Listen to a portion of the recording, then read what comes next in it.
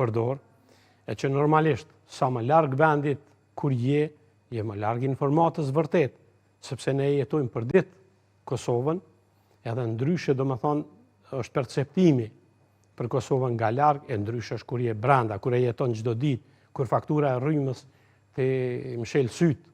kur vjen tatimi në pronë, kur vijnë tatimet e ti pagën e ke më të vogël se krejt tatimet që të vinë, do më thonë, kjo është treguesi çfarë gjendje është qytetari i Kosovës. E kjo mënyrë e propagandimit që është bë, sidomos me disa rrjete sociale të cilat janë edhe fake, do më thonë, ka bë që propaganda ta mund realitetin e Kosovës, e që në të ardhmen qytetarët është më mirë ka të ecin të shohin veprat atyre që kanë ndodhur në Kosovë, sësa të shohin fjalët e mira, recitimet e dikujt që një punë të hajrit se ka bë. Jusufi, kur jemi tek pjesa e diasporës, edhe Kurti, por edhe Osmani, gjatë ditës së djeshme, kanë publikuar video në rrjete sociale, pikërisht me thirrje për mërgatën që dalin dhe ta shfrytëzojnë të drejtën e votës për këto zgjedhje. Si përsheni këtë lloj gare mes këtyre dy figurave, pra skenës politike, Kurtit edhe Osmanit, por edhe karshi mërgatës? Besoni se njëjtit synojnë të përthithin më shumë vota pikërisht nga diaspora? Realisht nëse ata kanë qenë partner për 6 vjet me radhë,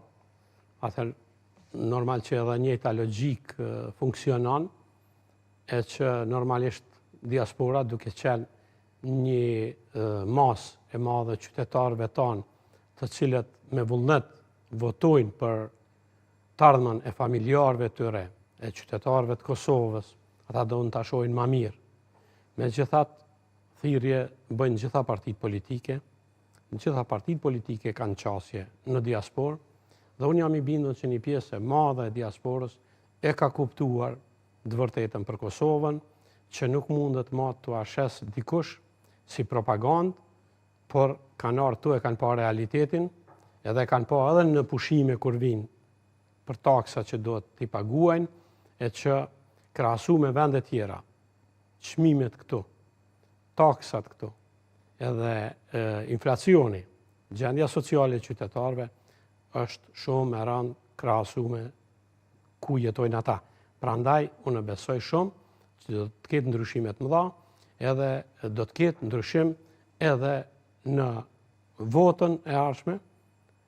edhe do të ketë një qeveri tjetër e cila do di ta udhëheqë vendin duke e ndryshuar jetën e qytetarëve për mirë. Bashkimi i ish-presidentës Vjosa Osmani